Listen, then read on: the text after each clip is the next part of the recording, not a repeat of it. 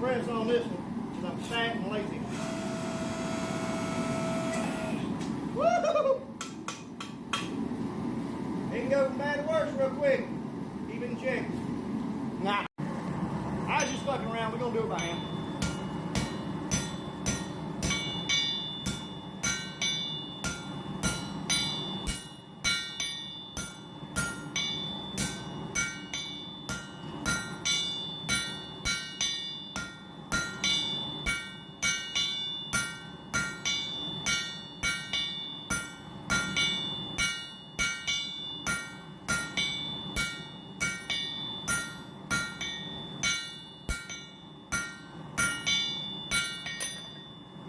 Alright, so started segregating our material.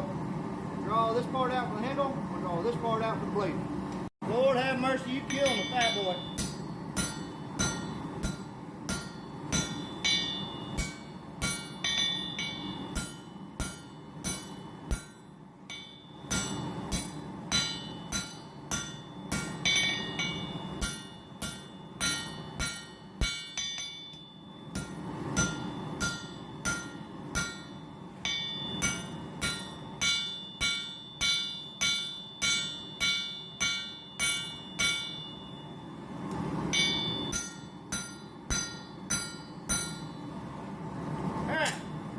Got a different size bar of steel.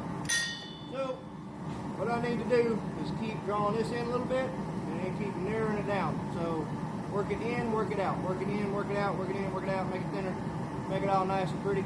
So as we get a little more progress, I'll make another little update. Let me get down here on y'all's level. So he said he wanted about a 5-inch blade or a 5-inch construction overall. I'm already past that. So I'm just going to draw this out to however big I can get it. And that's what he's going to get. I don't want to work on a real small knife. But he said he was okay with about 6 inches, and it's already about 6 inches. And I'm very familiar with what 6 inches looks like. So, yeah, we're just going to draw this blade out and see how big it comes up getting. Yeah, buddy.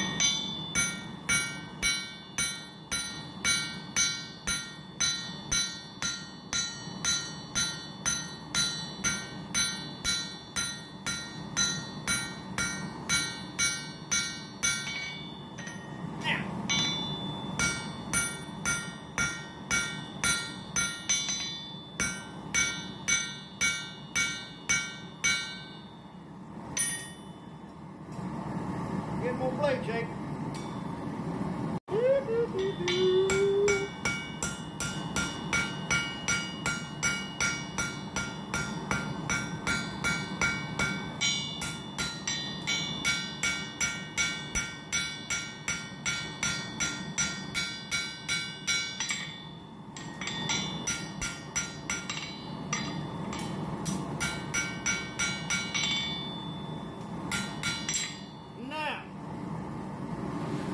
Right there at the finger well area, again, we're still a little bit thick. So I'm going to work on stretching that back, or stretching it out, or compressing it, and then thinning it back out.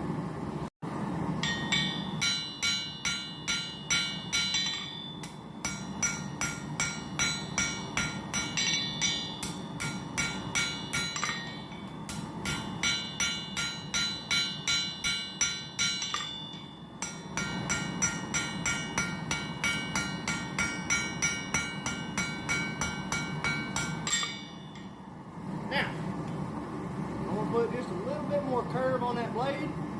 Then I want to round out the spot from the finger well and put a little bit more of a swoop on that handle. So again, when you're trying to make something curved and bendy, work over the horn. Horn's round. Well, again, I don't want a real big curve. I just want a gradual little swoop coming up to it. So now flip it around, get that handle back in there, and then put a little opposite curve on there. Now we're gonna curve the handle just a little bit.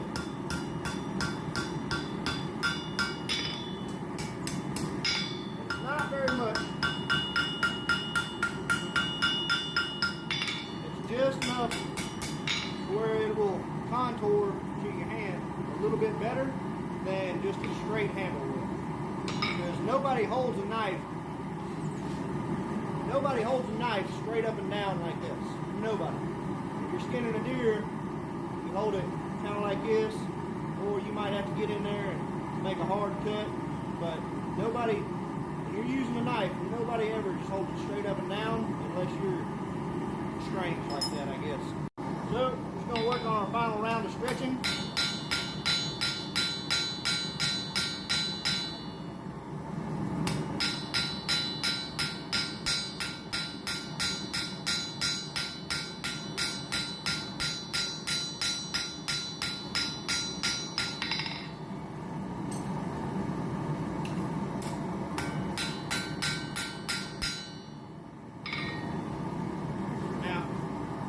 Again, that curve that I put in there is straightened back out.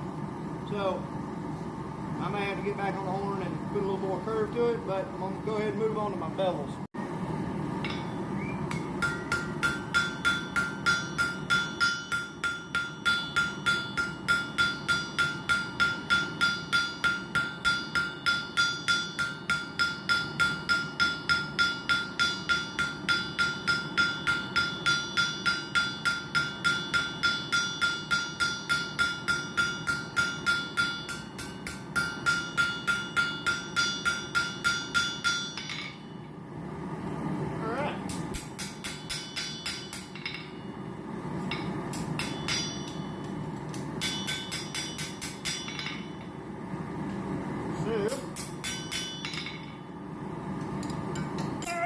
Dropped it. More or less got the shape that we want. So I'll grind in that finger wheel just because it's very small and thin right now. But yeah, this one's almost ready. So last thing we got to do, flatten it out.